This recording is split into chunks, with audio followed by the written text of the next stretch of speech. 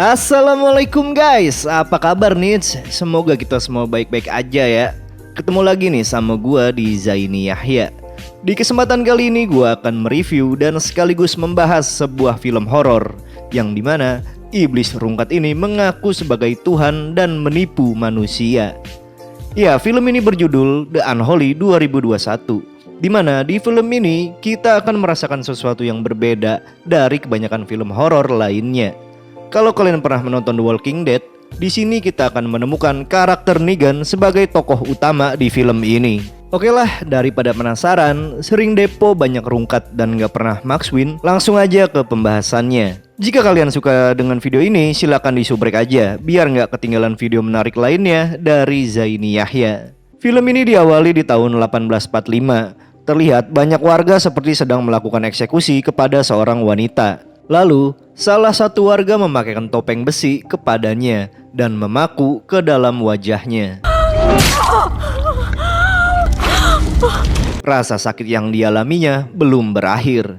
Ia pun digantung dan dibakar. Kemudian salah satu pastor di sana membacakan doa penangkapan iblis rungkat dan memasukkannya ke dalam sebuah boneka.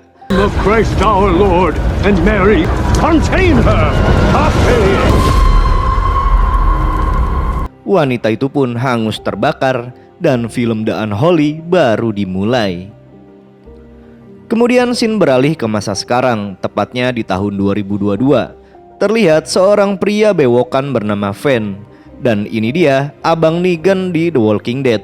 Van yang berprofesi sebagai wartawan mendapat informasi dari temannya yang mengatakan bahwa ada kasus mutilasi hewan di daerah Benville. Diduga ada praktek pemujaan iblis di tempat tersebut. Van yang karirnya hampir meredup akibat dirinya pernah membuat berita hoaks mencoba peruntungannya sekali lagi. Siapa tahu kali ini dia akan mendapatkan berita yang meledak untuk diberitakan. Singkat cerita, kini Van memasuki kawasan Benville di mana tertulis daerah ini adalah secuil potongan wilayah Tuhan. Karena memang tanah Benville dulunya adalah kawasan gereja. Hingga sampailah Van di TKP. Namun ternyata sapi yang katanya dimutilasi nyatanya baik-baik aja dan gak ada tanda-tanda dimutilasi. Jelas Van merasa terbodohi oleh kabar angin itu. Jadinya ia pun tidak akan mendapatkan bayaran sepeser pun. Malah jadi rugi karena ongkos ke sana aja cukup berat di bensin. Lalu ketika mereka sedang mengobrol, tiba-tiba muncul seorang pastor yang bernama Bapak Hagan. Ia adalah pemimpin jemaat di kawasan tersebut. Kemudian dia menyuruh si peternak untuk menjauhkan sapi-sapinya dari kawasan gereja karena sapi yang bertebaran sangatlah mengganggu. Si peternak pun meminta maaf. Lalu Van yang tak mendapatkan berita apapun pasrah dan memutuskan untuk pulang aja. Namun ketika ia sedang berjalan, tiba-tiba Van mendengar bisikan-bisikan goib yang entah dari mana. Lalu Van pun tertarik dengan satu pohon tua yang berdiri di depannya. Lantas ia pun mengecek pohon tersebut. Suara itu pun semakin jelas terdengar. Lalu tiba-tiba ia melihat kilauan kecil di lubang tersebut. Dan ketika ia mengeceknya, ternyata itu adalah sebuah boneka aneh dan penuh kerungkatan. Terlihat boneka itu terlilit rantai dan tertulis tanggal 31 Februari 1845. February 31st, 1845. Kern baby. Lalu si peternak bilang bahwa itu boneka Kren, di mana boneka tersebut adalah boneka pembawa hoki bagi para petani di sini. Mereka biasanya mengubur boneka tersebut untuk keberuntungan. Namun kali ini ia merasa heran karena boneka ini sedikit berbeda dan cenderung aneh. Mendengar cerita itu, Van pun mendapat ide untuk membuat berita hoaks mengenai boneka Kren yang rusak sehingga mendatangkan musibah. You broke it. Van yang gak tahu apa-apa telah menghancurkan boneka tersebut dan dia menyuruh si peternak untuk difoto bersama boneka itu supaya bisa dijadikan berita karangan daripada gak ada berita, ya kan? Yeah, that's good. Where's the fella get something to eat around here? Singkat waktu, malam pun tiba. Van yang lagi OTW tiba-tiba mengalami sebuah insiden.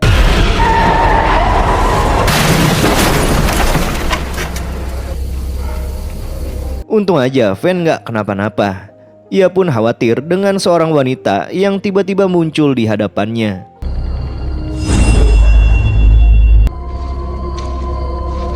Hey! Bagaikan kuntilanak, wanita misterius itu berjalan santuy ke dalam hutan yang gelap. Van yang penasaran pun mengikutinya.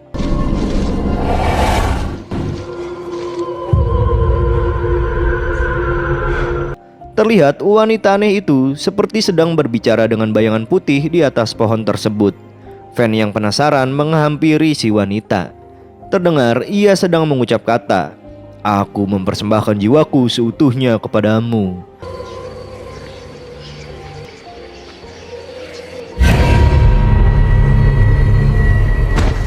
Lalu wanita itu pingsan. Setelah kejadian itu, Van membawa wanita tersebut kepada bapak pastur setempat. Ternyata wanita tersebut adalah ponakan bapak Hagan yang bernama Alice. Singkat waktu, Alice tersadar dan dokter langganan Alice pun datang. Ia bernama Natalie. Alice yang tak bisa ngomong menggunakan bahasa isyarat untuk berkomunikasi. Namun Van yakin tadi Alice sempat berbicara di depan pohon tua itu. Namun Natalie gak percaya karena katanya Alice gak pernah berbicara sekalipun dalam hidupnya, alias tunawicara semenjak ia lahir. Van pun bingung dengan penjelasan si dokter. Van yang mobilnya hancur akibat kecelakaan tadi kemudian diantar untuk menginap di penginapan Oyo Terpadu. Meski tempat itu kumuh karena emang jarang ada pendatang, Van tak punya pilihan dan menginap di sana sampai mobilnya beres diperbaiki.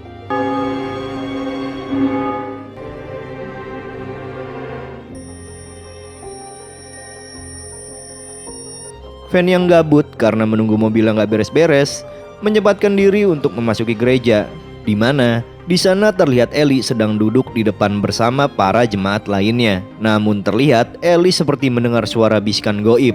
Lantas tiba-tiba Alice beserta beberapa remaja seperti terhipnotis untuk keluar dari dalam gereja.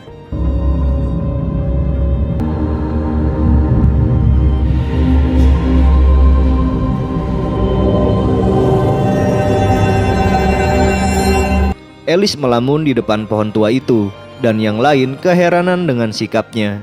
Van yang sigap sebagai jurnalis tak menyia-nyiakan momen aneh ini dan mendokumentasikannya. Kemudian saat Bapak Hagan datang, has an urgent message for all of us. She wants us to come again tomorrow. semua orang kaget dengan Alice yang tiba-tiba bisa berbicara, padahal itu mustahil terjadi. Ia pun menjelaskan mukjizat suara tersebut berasal dari Maria yang menginginkan mereka untuk datang lagi di esok hari. Singkat waktu, Van memeriksa hasil jepretannya tadi siang dan ia pun berpikir apa ini bisa dijadikan berita untuk disetor kepada bosnya ya. Lantas ia pun menelepon atasannya yang bernama Mia. Namun Mia yang udah gak terlalu percaya sama si Van malah membentak-bentaknya. Van pun sedikit pesimis dengan berita tersebut.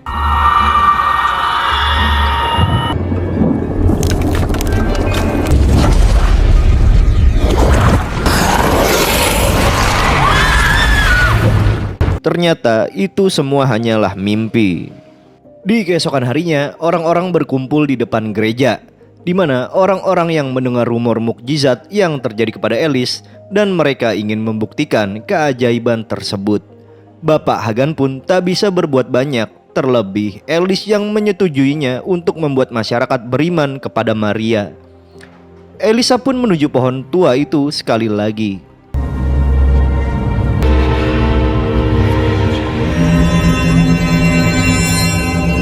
Thank you. Lalu Alice pun menanyai seorang anak yang lumpuh semenjak lahir. "Apa kau percaya mukjizat, Dek?" Dan dengan kepercayaannya, tiba-tiba sesuatu yang di luar nalar pun terjadi.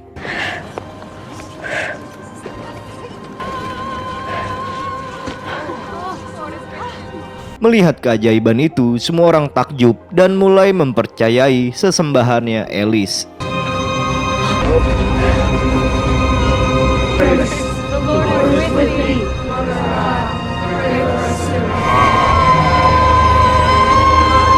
Singkat cerita, kejadian anak yang mampu berjalan sudah menyebar luas lewat media massa.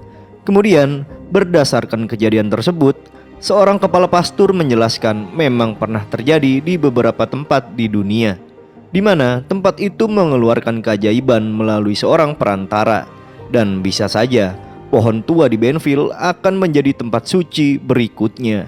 Namun seorang pastur di sana sedikit meragukan dan harus diteliti lagi apa memang benar tempat itu cocok untuk dijadikan tempat suci.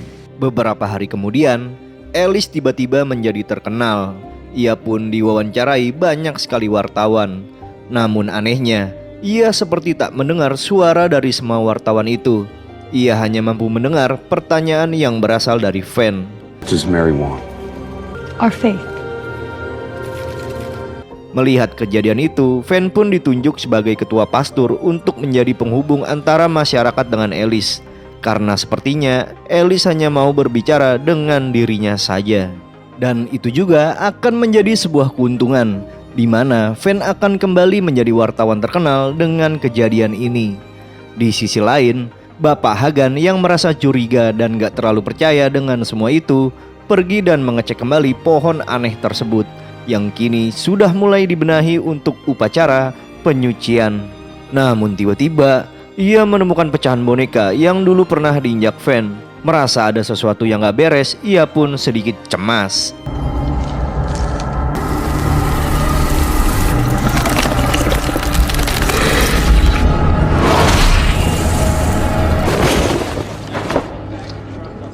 Bapak Hagan pun pergi sambil membawa boneka itu untuk dipelajari.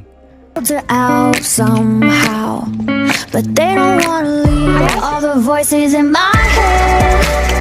Di dalam rumah, Fan bersama Ellie sudah bersiap untuk sesi wawancara. Dan ketika diwawancara, Bapak Hagan datang dan menghentikan acara tersebut. Ia menyangka bahwa Fan hanya memanfaatkan Alice demi karirnya saja. Kemudian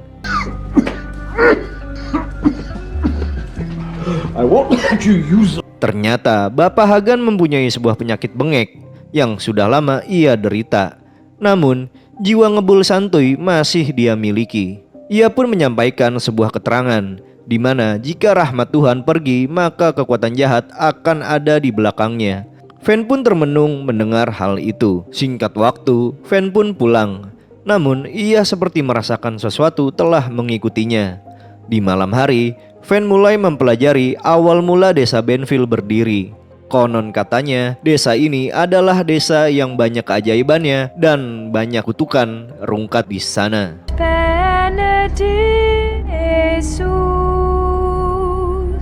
Di keesokan paginya, di dalam gereja terlihat Ellie sedang berlatih menyanyi yang dipandu oleh pamannya. Pastur yang pernah meragukan keajaiban itu mulai memperhatikan miracle yang mungkin saja nyata di tempat itu lewat perantara seorang gadis, sama seperti kejadian di masa lampau. Ketika Ellie selesai bernyanyi, pamannya merasa bangga dan takjub. Namun tiba-tiba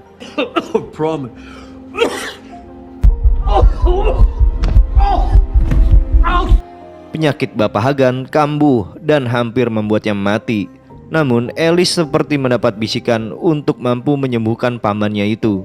Lalu tiba-tiba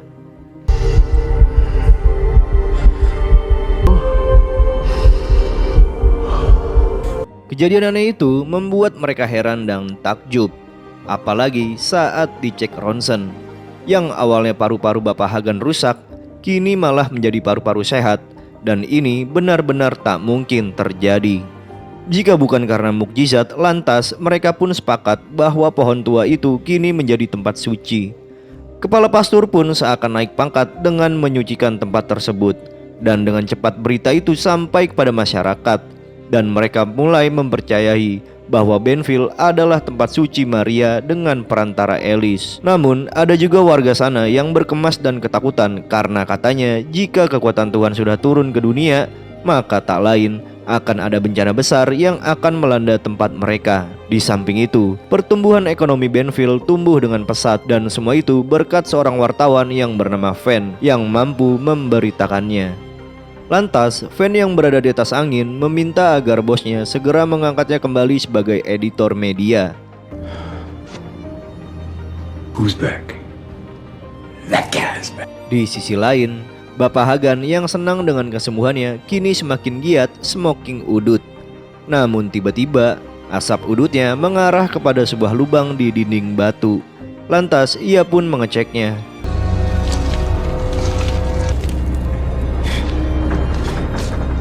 Ternyata ia menemukan sebuah buku yang membuat Bapak Hagan kaget. Kembali kepada Van. Entah mengapa ia sudah semakin dekat dengan Dokter Natalie. Ia pun mengobrol pola slot gacor. Hingga tiba-tiba obrolannya mengarah kepada sebuah boneka yang pernah Van temukan dengan dililit rantai dan dicap tanggal mustahil, yaitu 31 Februari. Natalie pun menjelaskan berdasarkan buku sejarah yang ia baca, di mana boneka keren tak hanya dijadikan jimat keberuntungan. Boneka itu juga mampu menjadi penjara bagi iblis-iblis rungkat yang jahat. Mendengar semua itu, Van sedikit kepikiran dan sedikit cemas. Setelah cukup berbincang-bincang, mereka pun jalan-jalan di sore hari alias JJS. Namun, ketika Van melihat sebuah sungai dengan gubuk di belakangnya, ia pun kepikiran tempat ini sama seperti di dalam mimpinya. Lalu ketika ia kebingungan, terlihat sesuatu yang aneh di dalam genangan air.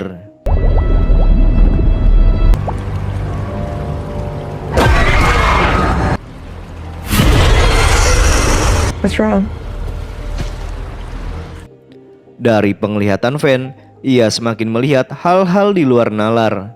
Lantas ia pun tiba-tiba ingin berbicara dengan Bapak Hagan, karena sepertinya ada masalah besar yang berhubungan dengan gereja.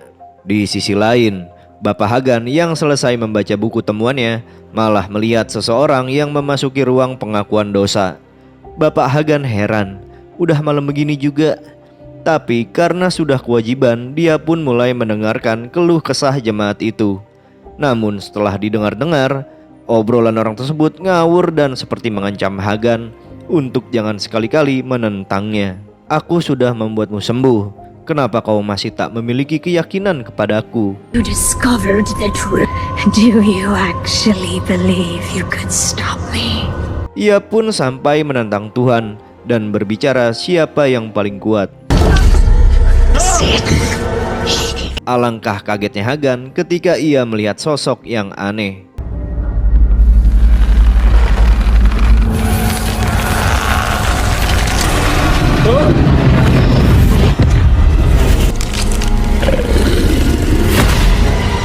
Beberapa saat kemudian, Van datang mengunjungi Hagan.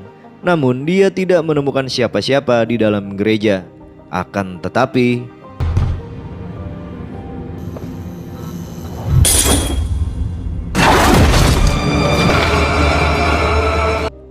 Bapak Hagan sudah mati tergantung. Singkat cerita, setelah kejadian mengenaskan itu, ia pun kembali mengecek hasil wawancaranya dengan Alice. Namun tiba-tiba, ia melihat sesuatu yang aneh berada di sisi Alice. Dan setelah ia cek,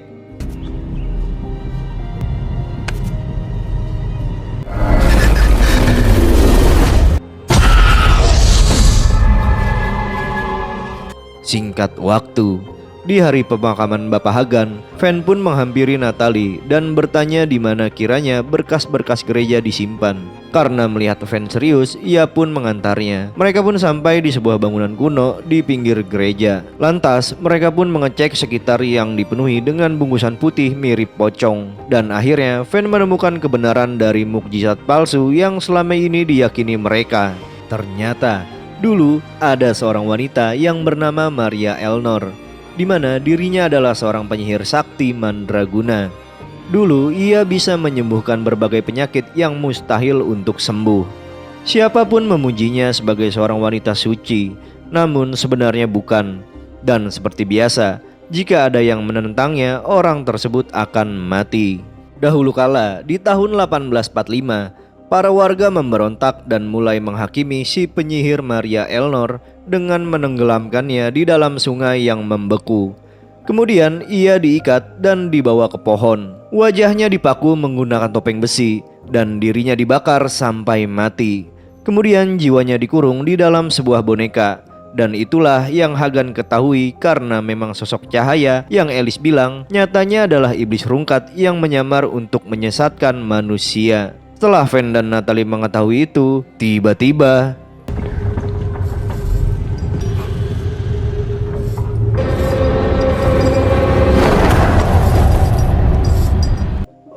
ternyata cuma patung. Lalu tiba-tiba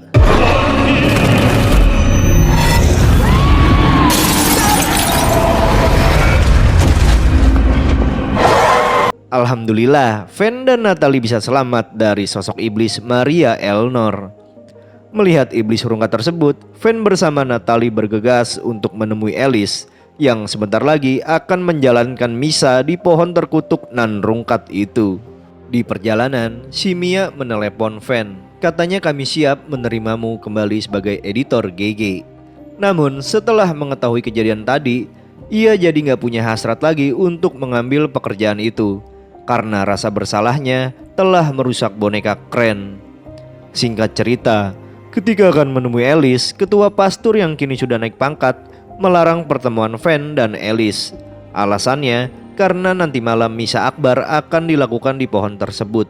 Dan dia nggak mau atas apa yang Van jelaskan, misa itu bisa jadi berantakan dan karirnya akan merosot lagi. Van yang bingung pun akhirnya menyelidiki lebih dalam berkas-berkas Maria Elnor. Dan ternyata ia menemukan sesuatu yang mencengangkan. Ternyata sebelum Maria Elnor dieksekusi, ia sedang hamil dan melahirkan seorang anak. Namanya adalah Nicholas Paget, di mana marga Paget adalah leluhurnya Alice yang bernama Alice Paget. Dengan kata lain, Alice adalah keturunan dari Maria Elnor. Dalam perjanjiannya kepada iblis rungkat, Maria Elnor meminta keabadian dan ia pun diberi kekuatan. Selama keturunannya masih ada, ia akan tetap hidup. Maka dari itu, jiwanya dikurung di dalam boneka. Hanya saja, akibat ketololan Van malah membebaskan jiwa Maria Elnor. Saat sedang serius, Van menceritakan itu pada Natalie. Tiba-tiba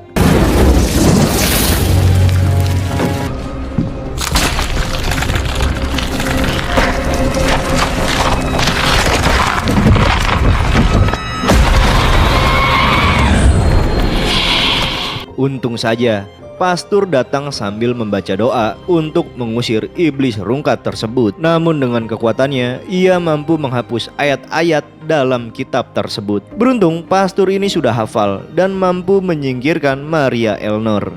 Melihat kejadian tersebut, pastur itu bilang jika masyarakat berdoa kepada iblis itu, maka iblis tersebut akan semakin kuat dan sesegera mungkin mereka harus menghentikan misa sesat itu.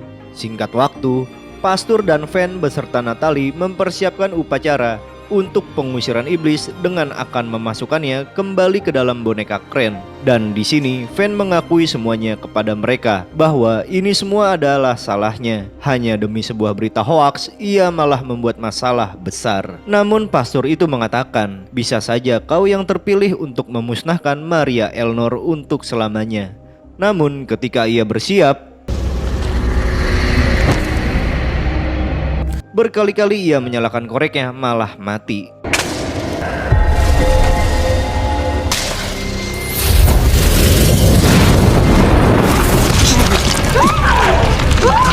Pastur itu pun harus mati terbakar.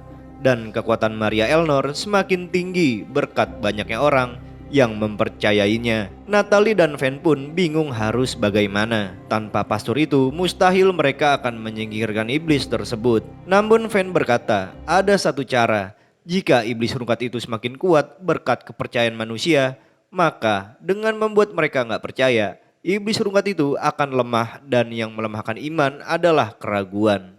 Mereka harus bisa menggoyahkan keyakinan Alice dan masyarakat yang berada di acara itu. Di sisi lain, misa segera digelar dengan banyaknya pengunjung beserta acara live streaming yang menambah luas acara tersebut.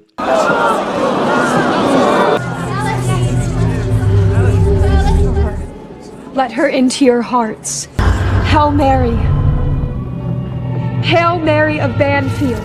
Semua orang memuji Alice dan akan menyerahkan keyakinan sepenuhnya kepada Alice. We call to you.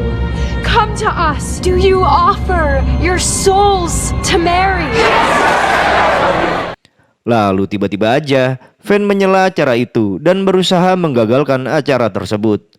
Kebetulan di sana juga ada si Mia guna meliput acara akbar itu. Namun dengan dalih Van telah membodohi masyarakat dengan berita hoaks, ia mampu sedikit menggoyahkan keyakinan mereka. Secara Van juga pernah dicap sebagai wartawan hoaks. Keraguan semakin memuncak ketika Van mengakui dirinya telah membodohi semua orang dengan liputannya. Ia pun mengatakan, sebenarnya Alice hanya berpura-pura bisu dan anak lumpuh itu cuman penyakit biasa yang bisa sembuh hanya dengan motivasi saja.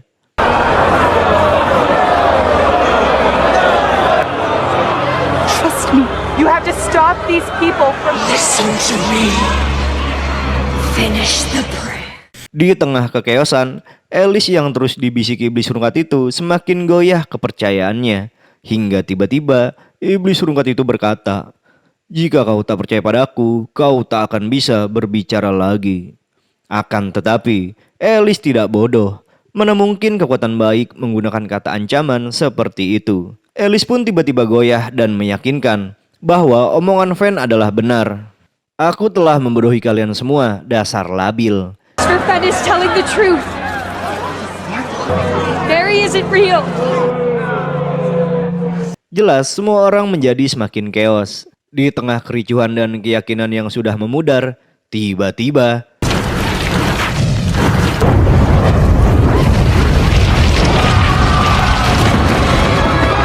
My legs!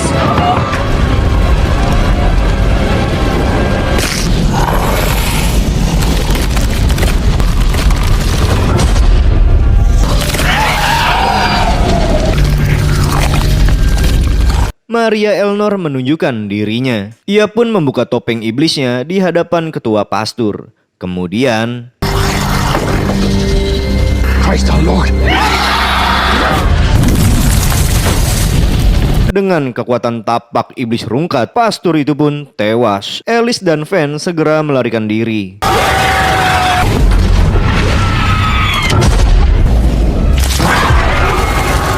Dan ketika Van akan dieksekusi,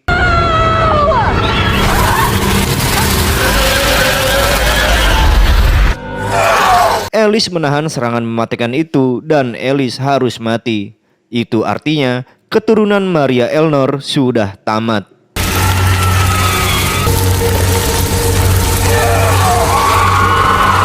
Dan Maria Elnor pun tak punya lagi syarat untuk dirinya abadi. Sang iblis rungkat mengerikan yang mengatasnamakan Tuhan pun sirna. Namun kematian Alice membuat Van sangat bersedih. Ia yang dulunya tak percaya Tuhan untuk pertama kalinya memohon untuk sekali ini saja memberikan keajaiban. Lalu tiba-tiba Sacrificed herself for me. tanpa diduga Alice kembali hidup. Namun kini dirinya kembali tak bisa berbicara seperti sebelumnya. Di keesokan harinya terlihat Alice mengunjungi makam sang paman. Ia pun berdoa. Dan di saat itu juga Van bersama Natalie menghampirinya. Dengan bahasa isyarat ia mengatakan bahwa kami menyayangimu. Dan otomatis setelah kejadian itu Van tak bisa lagi berkarir sebagai wartawan. Dan ia pun memutuskan untuk menggembala sapi saja. Gak apa-apalah, yang penting halal. Dan untungnya ia menjadi dekat dengan Natalie yang juga seorang dokter. Lalu film pun selesai. Akan tetapi, apakah kalian berpikir jika Alice kembali hidup, apakah iblis itu juga masih ada dan akan kembali lagi? Oke guys, semoga terhibur ya. Jangan lupa subrek biar gue semakin semangat dan gak mudah rungkat. Wassalam.